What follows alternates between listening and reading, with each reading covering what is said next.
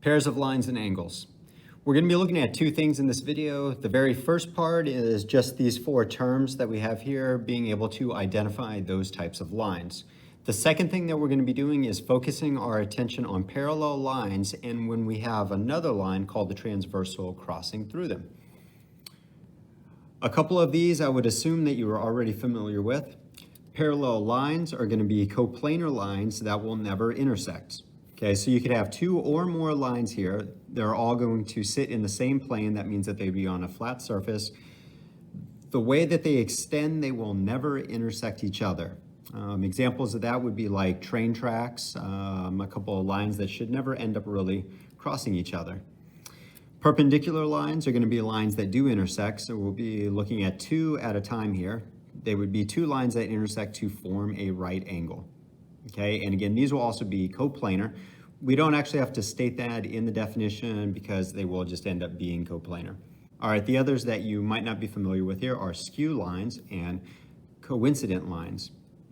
Skew lines are going to be two lines that never intersect, but they are non-coplanar. So at first glance, what you see here with never intersecting, that might make you think of parallel lines. However, these will be non-coplanar. An example of this that you might think of would be bridges.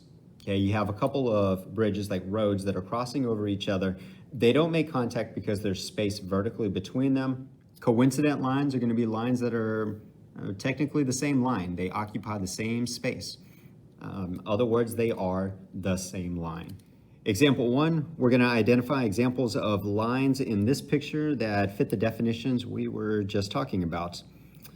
To make things interesting, what I'm going to try and do here is choose examples that just go with CD, okay? Because there's actually tons of different examples that we have in here, and to kind of narrow the scope, let's use CD as a reference here. Let's also talk about coincident lines first. Coincident lines are the exact same thing. So an example of a coincident line to CD is CD. It's the same thing. You could write it backwards, you could call it DC, but there's not really anything interesting about that one. So we're not going to bother writing that one down. All right, parallel lines. CD, to be parallel to CD, the lines need to run in the same direction and they need to be in the same plane. We actually have four segments in here that are parallel to CD. We've got AB, we've got HG, and we also have EF. So we actually have three choices that are right there. AB, you can clearly see that that would be in the same plane because that would be the top surface. EF, the same plane because of the side. But HG, that would also be in the same plane because you could sort of imagine maybe a diagonal. Like if you cut that cube diagonally, you would be able to see that plane. We'll just go ahead and do AB though. CD, that is a line in the picture here. We got line CD, that would be parallel. This is the symbol for parallel, it just looks like parallel lines. That would be parallel to AB, and I'll call that line segment AB since we don't have the full line running through it. All right, perpendicular. Perpendicular to CD needs to make contact with it, has to make contact with it, and needs to meet at a right angle. Because this is a cube, all of the segments are actually meeting at right angles. So anything that makes contact with CD would work. You got BC, you got FC, you got ED, you got AD. All of those would actually work out. All right, so CD, line CD would be perpendicular. That would be our symbol for perpendicular. It looks like perpendicular lines. Line CD is perpendicular to, let's just do this one right here, DA. All right, and last, skew lines. Skew lines are going to be lines that don't intersect, but they are not parallel. They would be non-coplanar. If they were coplanar, then it forces them to be parallel. So we've got CD, we got line CD, and we don't actually have a symbol for skew. We're just going to write line CD is skew with, and we really got to pick out any segment that is not going to make contact with it, but is not parallel. So you can't use your three that were parallel. You could go with AH, you could do that. You could do BG, that would be all right. Let's just go ahead and use AH. All right, so line CD is skew with line segment AH. All right, next we're going to talk about transversals. A transversal is a line that intersects two or more other lines in a plane. Okay, in this picture, we have a couple of lines that are drawn here. They appear to be parallel to each other, and then you've got this third line that's crossing those two. Because it crosses these two other lines, we can call it a transversal. Now, a transversal is only really going to be interesting to us when the lines that it's crossing are parallel. Okay, but by definition, these lines don't need to be parallel, and I want to make sure that that's clear at the beginning. These lines, they can go in whatever directions they do. As long as this third one crosses both of them, you get to call it a transversal. Yet, most of our attention is going to go in the direction of when a transversal is crossing parallel lines. All right, so when we talk about this next part here, corresponding angles, alternate interior angles, and alternate exterior angles, these definitions, the way that we identify them, does not need to come from a picture where we have parallel lines. Most of the time it will, but these definitions, the way we identify them, does not have to come from a picture with parallel lines. All right, so an example of corresponding angles would be angle 1 and angle 5.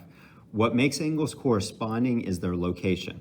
Within this intersection versus that one, angles 1 and 5 you could describe as being the top left. That means that the top right, 2 and 6, we'll write it this way. Angle 2 and angle 6, those would also be corresponding angles. As well, angle 3 and 7, those would be corresponding, they're the bottom left, and then you've got 4 and 8. Okay, all those are corresponding. All right, alternate interior angles, we actually only have two pairs of these in the picture. One of those pairs is going to be 3 and 6, which are located here. All right, so the reason for the name, alternate interior angles, alternate means that the angles are going to be on opposite sides of the transversal. So 3 is to the left of the transversal, 6 is to the right. That's the alternate part. Interior means that the angles are going to be inside the lines that are being crossed. Okay, so 3 and 6 are on the inside. The 3, the 4, the 5, and the 6, these are all interior angles where the rest are going to be exterior. But 3 and 6 are on opposite sides of the transversal, so they will be alternate interior angles. That means that the other pair of alternate interior angles will be 4 and 5.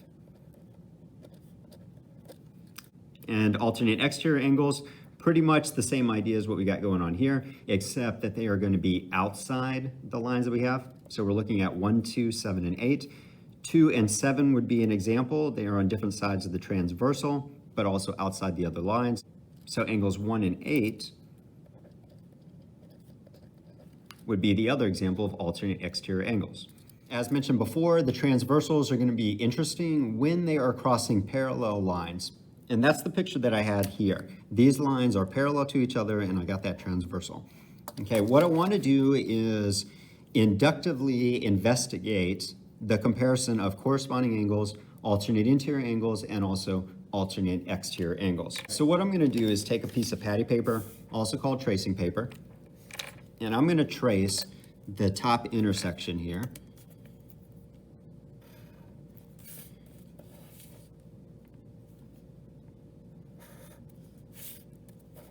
All right, I'm going to label the angles. We got 1, we got 2, 3, and 4. Okay, I'm not going to trace the angles that are down here. One of the reasons for that is because when we look at all these pairs, what we're actually doing is building a relationship from the top intersection to the bottom intersection. Right? If you look at your pairs, we've got 2 and 6, top and bottom. We've got 4 and 8, top and bottom. We got 4 and 5, top and bottom, and even 1 and 8. That compares the top and the bottom. So I traced the intersection that I have at the top, and I'm going to compare it to what I have at the bottom. Now, if I just slide it directly down, follow that transversal, you're going to notice that we get a perfect match, that all these angles are actually the same size, right? Remember, these lines are running parallel. So the way that they make contact with the transversal is going to be at the same angle. Now, which ones did I actually match when I did this? Matched 1 with 5, 2 with 6, 3 with 7, and 4 with 8. Those are your corresponding angles. So the first thing that we learn is that corresponding angles, when you have parallel lines in a transversal, the corresponding angles will be congruent with each other. All right, so alternate interior angles. Let's see what happens with that. An example was 3 and 6. Okay, so here's angle 3, here's angle 6. Now, if I just slide it down, it doesn't, sit on top of it. But if I rotate this around, we still have that same type of intersection, and these do end up matching. The 3 matches up to the 6. Likewise, what are our other ones? Likewise, 4 and 5 are the other alternate interior angles. So we learned that alternate interior angles are congruent. And the same way I had that positioned with it upside down, we get 1 matching 8, 2 matching 7, which is your alternate exterior angles. So a transversal crossing parallel lines is going to give us back all of these as congruent angles. All right, so example 2. Given the measure of angle 1 as 105 degrees, right? So 105 degrees over here, find the other angle measures in numerical order. So we're going to figure out all of these. Well, 105 is 1. So notice that these lines right here, these two, they are going to be parallel because they have these little arrows on it. So those are the markings to indicate that these are running parallel with each other. All right, so if that is true, that means that this intersection 1, 2, 3, and 4 is all going to match up with 5, 6, 7, and 8. They're all going to be the same size. But doing it in order here, angle 2, that is right next to angle 1. It is a linear pair with angle 1, so it's a supplement. That would make it 75 degrees. Go ahead and add that in there. All right, and then angle 3 over here, that is also a linear pair to 1 and 5, but it is also a vertical angle to 2, so that will be 75 degrees. Angle 4 is vertical to 1, that's 105, and all of these, because the lines are parallel, all of these can transfer over as corresponding angles, which means that 5 is 105, 6 is 75,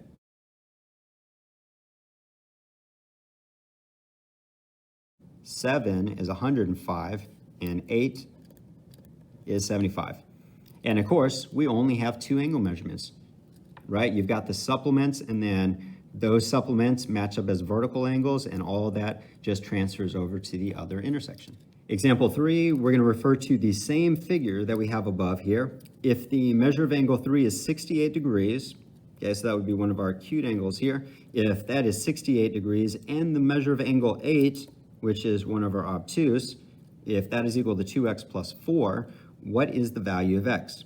All right, well, 3 is an acute angle, 8 is an obtuse angle. Okay, so they're not the same size as each other, but we only have 2 different angle measurements that are in the picture, right? You've got an acute and you've got an obtuse, unless everything is perpendicular and then you get right angles, okay? But in this case, since we have an acute angle and then an obtuse, these two are going to have to add up to 180. You could match it up this way. You could say that 3 is congruent to 7. So if 7 is 68, this has to be the supplement. All right, so what is the supplement?